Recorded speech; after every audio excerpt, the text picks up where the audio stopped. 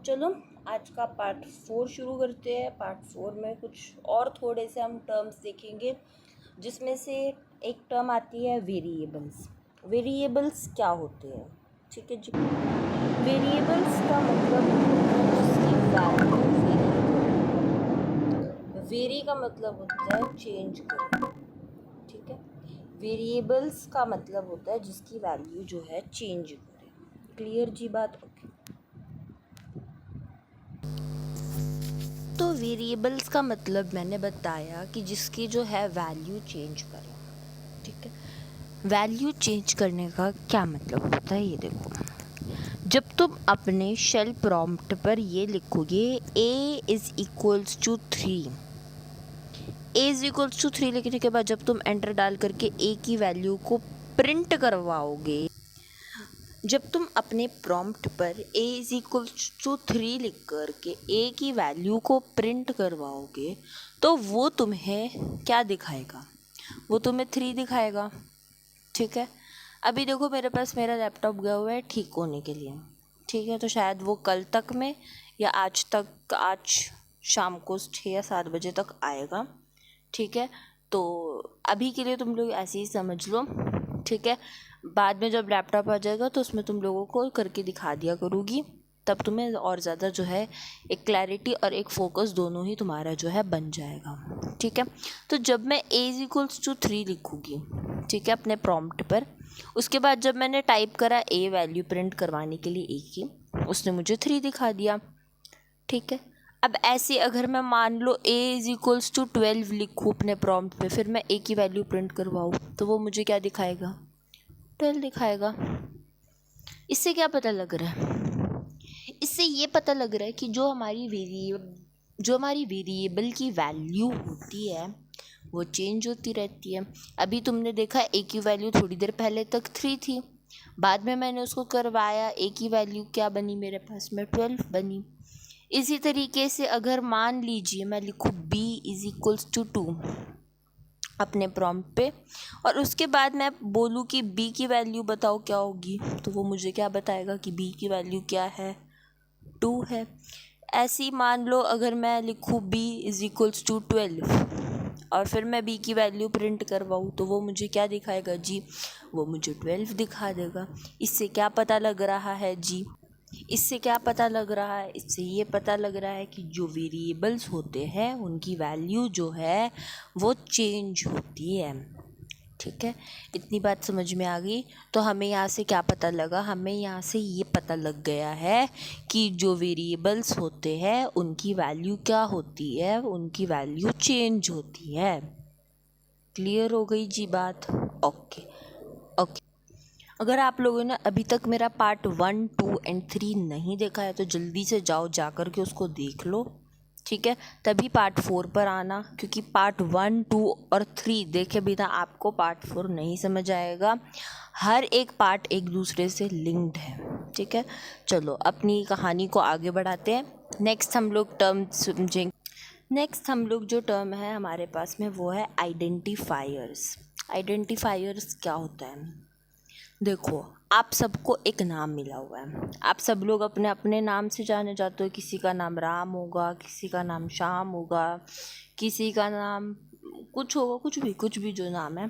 ठीक है, आप सब लोग अपने अपने नाम से जाने जाते हो, आप सबको एक एक नाम मिली हुई है ना।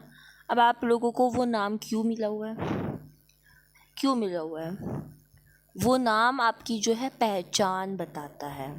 तो वो जो नाम आप लोगों को मिला हुआ है वो नाम आप लोगों को आपकी पहचान के लिए मिला हुआ है। तो इसका मतलब ये है कि जब कोई नाम हमें अपनी पहचान के लिए देते हैं तो उसको हम बोलते हैं आइडेंटिफायर्स।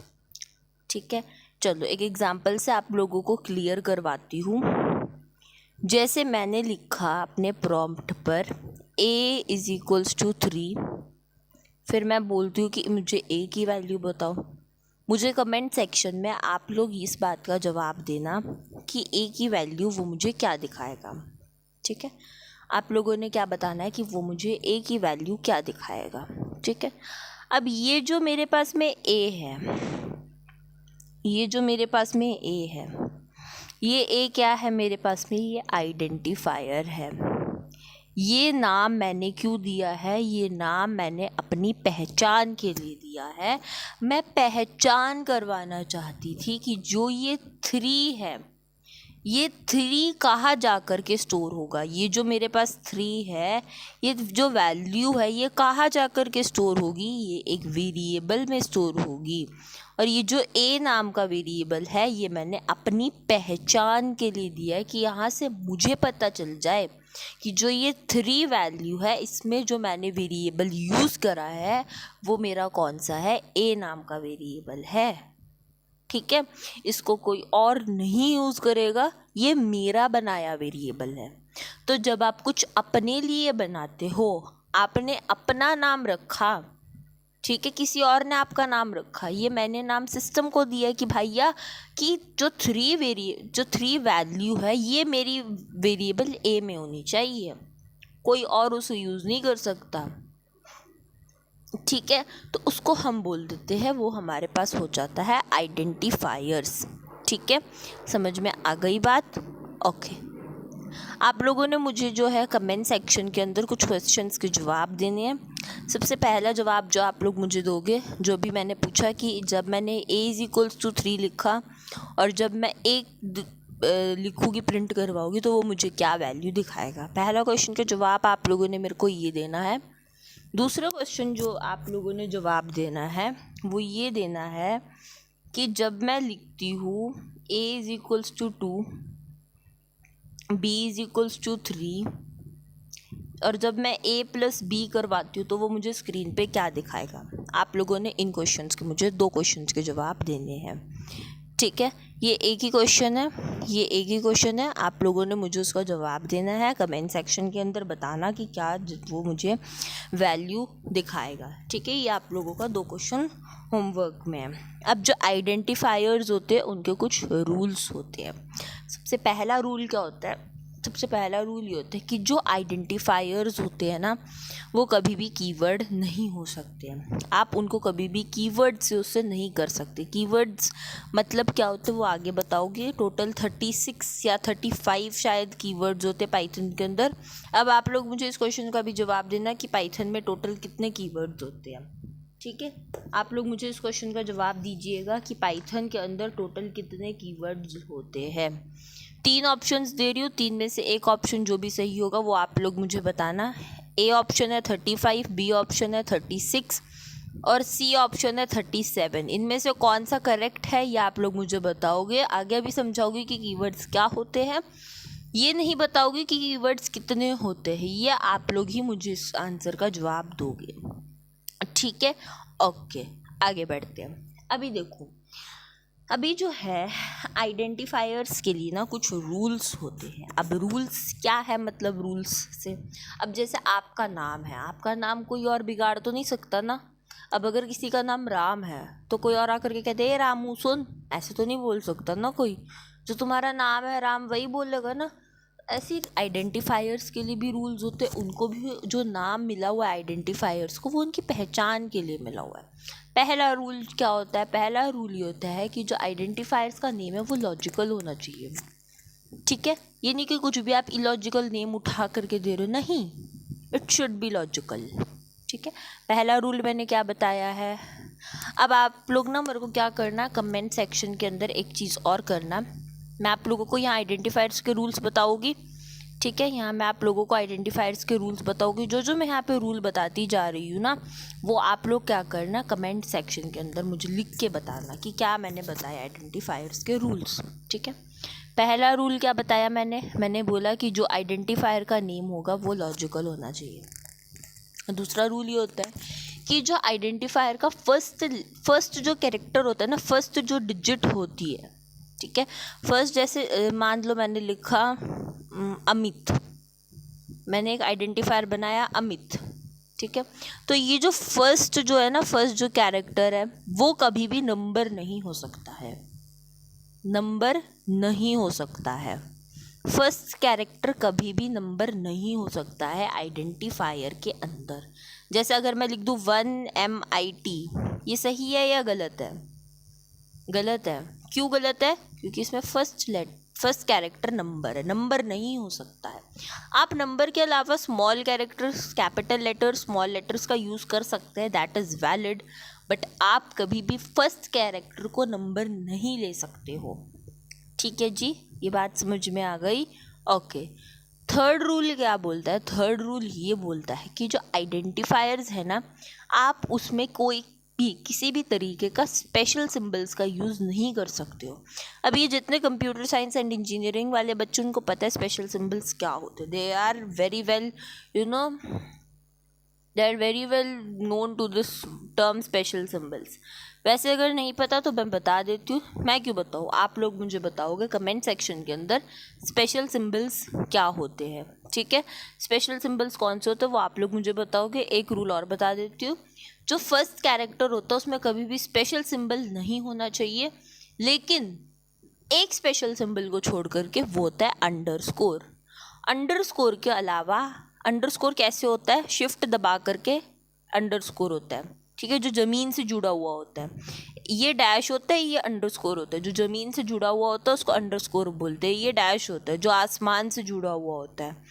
ठीक है, तो अंडरस्कोर, जैसे अगर मैंने लिखा underscore marks is equals to 27, तो ये वैलिड है, ये करेक्ट आइडेंटिफायर, वैलिड आइडेंटिफायर है। अगर मैंने लिखा मार्क्स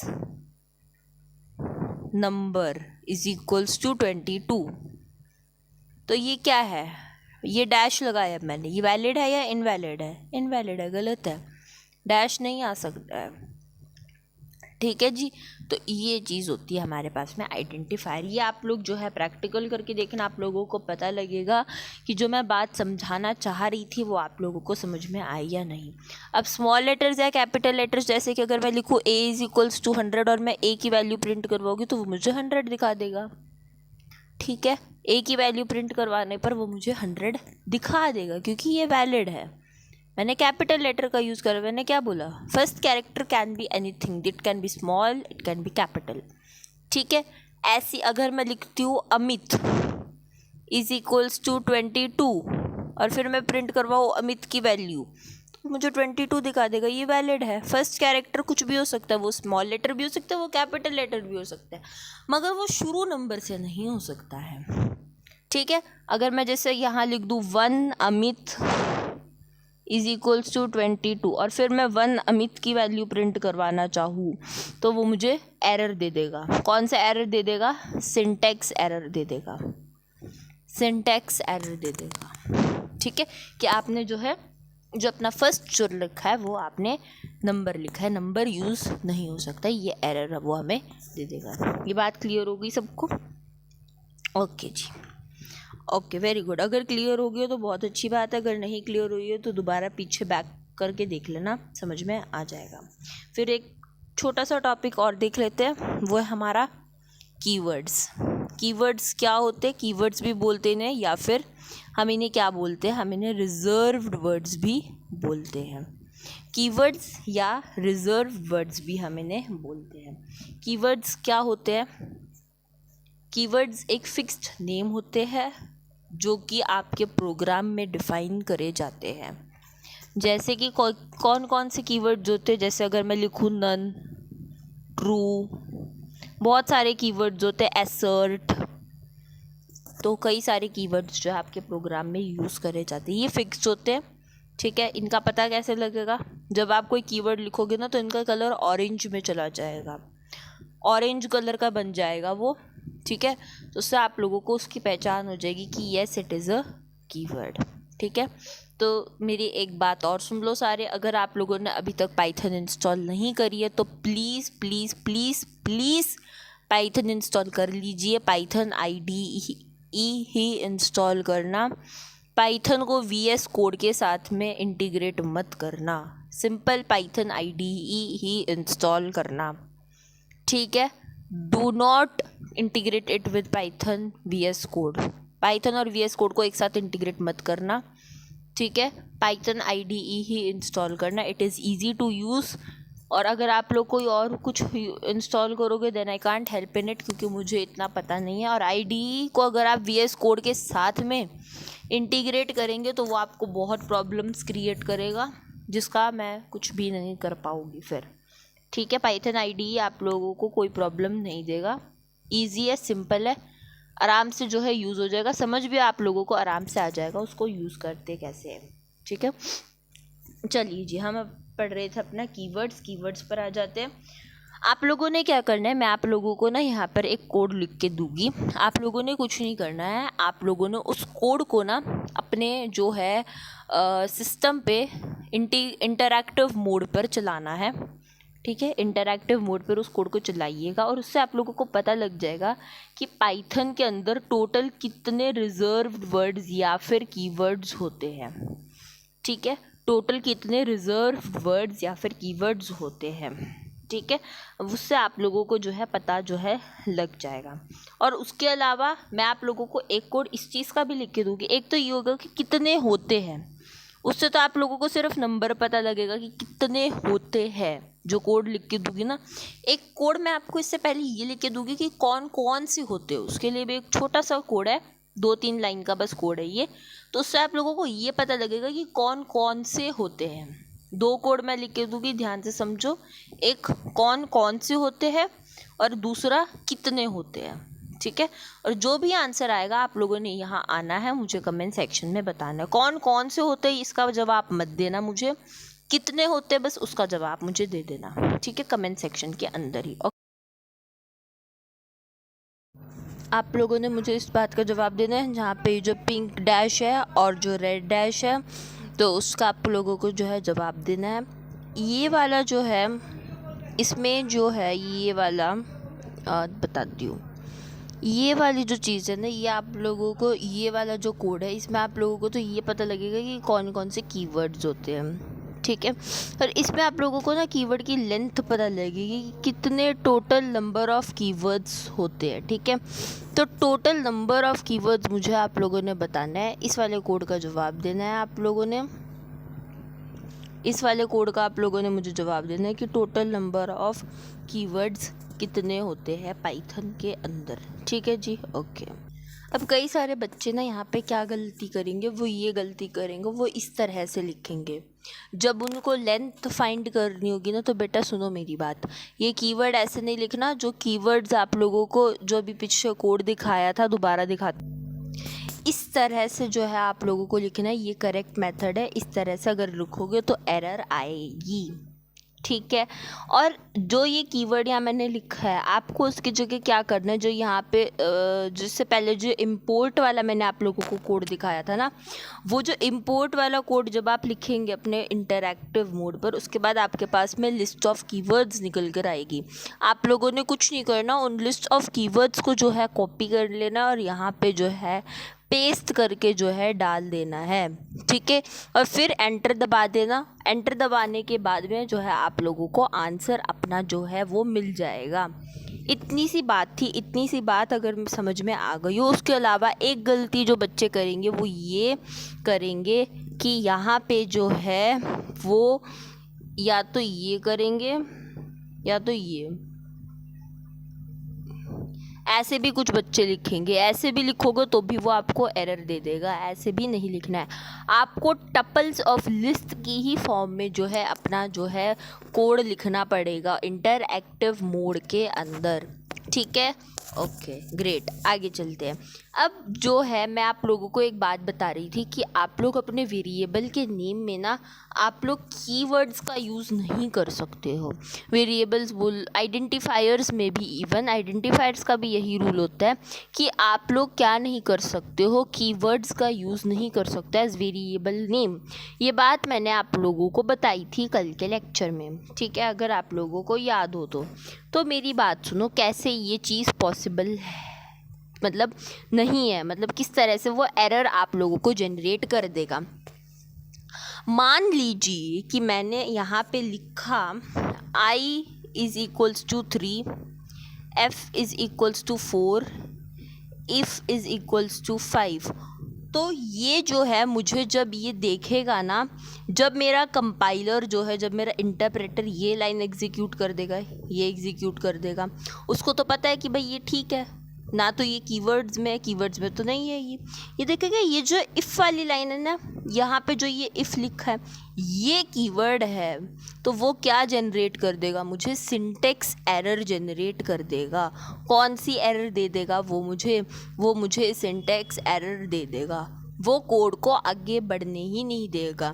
आप स्मॉल आई और स्मॉल एफ का यूज़ नहीं कर सकते हो, इंस्टेड आप capital I and small F का यूज़ करो, वो भी सही है।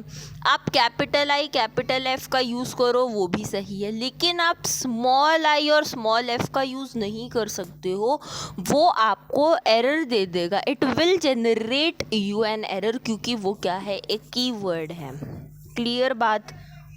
अगर बात क्लियर हो जाए तो बता देना, ठीक है। यहाँ तक अगर आप लोगों को बात क्लियर हो जाए तो लिख देना क्रिस्टल क्लियर, ठीक है। नेक्स्ट जो अब हम एक छोटी सी टर्म और पढ़ते हैं वो है हमारा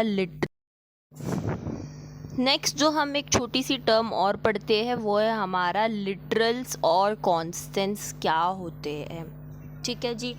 चलिए अब हम समझते हैं कि हमारे पास में लिटरल्स या फिर कॉन्स्टेंट्स क्या होते हैं। देखो, लिटरल्स या फिर जो हमारे कॉन्स्टेंट्स होते हैं ना, वो दो टाइप्स के होते हैं। एक होते हैं न्यूमेरिक कॉन्स्टेंट्स और एक होते हैं स्ट्रिंग कॉन्स्टेंट्स, ठीक है।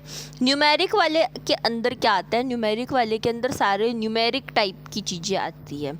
जैसे कि न्यूमेरिक में कौन कौन से आते हैं ये भी बता देते हैं आपको। न्यूमेरिक में आता है आपका इंट, फ्लोट और बुलियन और कॉम्प्लेक्स।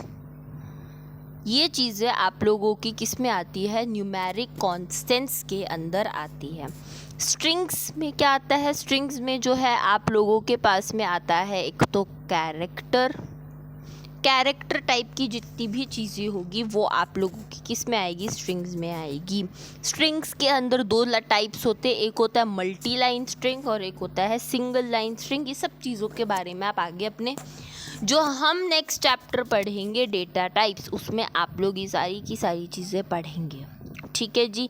पाइथन में 5 डेटा टाइप्स होती है, 5 तरह की डेटा टाइप्स होती है। हर डेटा टाइप एक चैप्टर है, उसको समझना बहुत ही ज़्यादा इम्पॉर्टेंट है, ठीक है जी। ओके जी, ओके। अब मैं आप लोगों को कुछ क्वेश्चंस दूंगी, आप लोगों ने कुछ नहीं करना, आप लोग उन क्वेश्चंस का पहले तो स्क्रीनशॉट ले लेना। स्क्रीनशॉट लेने के बाद में आप लोगों ने उन क्वेश्चंस के आंसर मुझे बताने हैं कि क्या आएंगे। ये आप लोगों का होमवर्क है, ठीक है। ये आप लोगों का होमवर्क है। नीचे आना, कमेंट सेक्शन में आना और कमेंट करके जो है चले जाना कि आंसर क्या आएगा, ठीक है। टाइम स्टैम्प के साथ में मुझे बताना। इससे पहले भी मैं बहुत होमवर्क दे चुकी हूँ, वो भी आप लोगों ने जो है मुझे बताना है कमेंट्स के अंदर, ठीक है। तो अभी मैं आप लोगों को कुछ क्वेश्चंस की लिस्ट दे रही हूँ, आप लोगों ने कुछ नहीं करना, उनका स्क्रीनशॉट ले लेना और अपने पास में रख लेना और उसको जो है मुझे बताना कि इसमें से कौन सा सही है और कौन सा गलत है, ओके जी। ओके, ये जो है ये कुछ क्वेश्चंस हैं, उनका स्क्रीनशॉट ले लेना। सबसे पहले इस स्लाइड का ले लो, उसके बाद में सबसे पहले इस स्लाइड का स्क्रीनशॉट।